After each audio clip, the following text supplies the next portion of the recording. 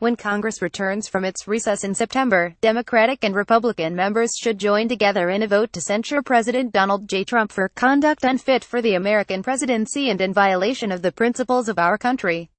The main article of censure should be a rejection and repudiation of Trump's conduct after the white supremacist rally in Charlottesville, VA, and his chronic pattern and practice of conduct that gives aid, comfort and support to bigotry in various forms.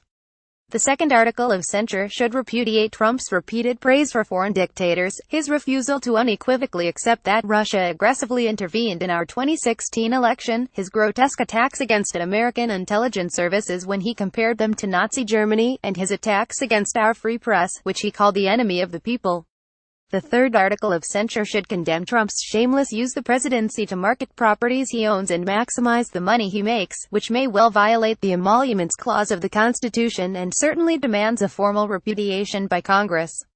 In recent days the American people, members of Congress, and the world have witnessed the unprecedented travesty of a President of the United States making statements that generated applause and thanks from white supremacist and anti-Semitic leaders who supported his candidacy and support his presidency.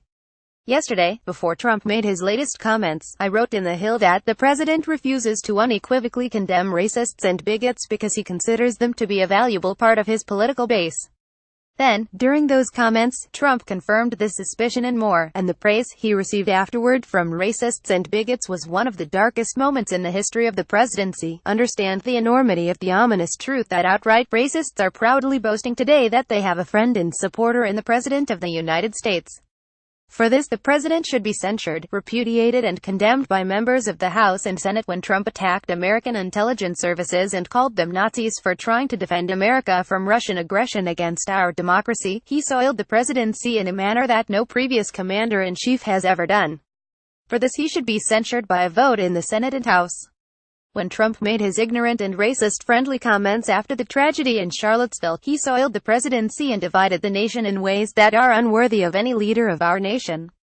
For this he should be repudiated and censured by votes in the Senate and House. The Founding Fathers would be scandalized and appalled that anyone who serves as president could use the bully pulpit of the presidency to market his business and make money for himself. For this Trump should be repudiated and censured by a vote of the House and Senate.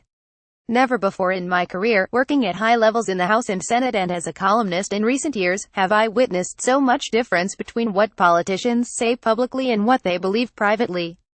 Republicans in the House and Senate, and in state houses across the nation, now face the true test of political honor. Do they have the courage to say publicly what so many of them believe privately? Do they feel the sense of duty and honor to tell the country that Trump's behavior makes him unfit for the presidency and destructive to the nation for practical purposes? Trump is the first Confederate president of the United States. He is the only president elected with the aggressive support of a foreign dictator, whom he has often praised. There are Republicans such as Sen. Lindsey Graham. Trump's Charlottesville comments push North Korea from spotlight. Dreamers deadline looms for Trump. Trump must do more to distance himself from white supremacists. More SC who helped lead the fight to impeach former President Clinton for nothing when he served in the House, who has a moral duty to speak the unvarnished truth about what he privately believes about Donald Trump. Donald John Trump Intel CEO becomes third exec to leave Trump Council after Charlottesville. Rupert Murdoch urged Trump to fire Bannon. Report protesters descend on Trump Tower as President returns home. More. There are Republicans such as Sen. Bob Corker. Bob Phillips Corker. How to fix Fannie and Freddie to give Americans affordable housing. Number 2 Senate Republican backs McConnell in Trump fight. 5 tough decisions for the GOP on healthcare. More. 10 who are good and decent people but owe their constituents and the nation the full truth about what they think about Donald Trump. There are conservatives such as Sen. Jeff Flake Challengers Super PAC accuses Flake of betraying voters in new Adams target Flake seat amid GOP infighting. Republican lawmakers criticize Trump response to Charlottesville. Maura Rees, who wrote a prominent book about how Trump is a danger to conservatism and America but voted in lockstep with Trump on major issues, one after another, time and time again.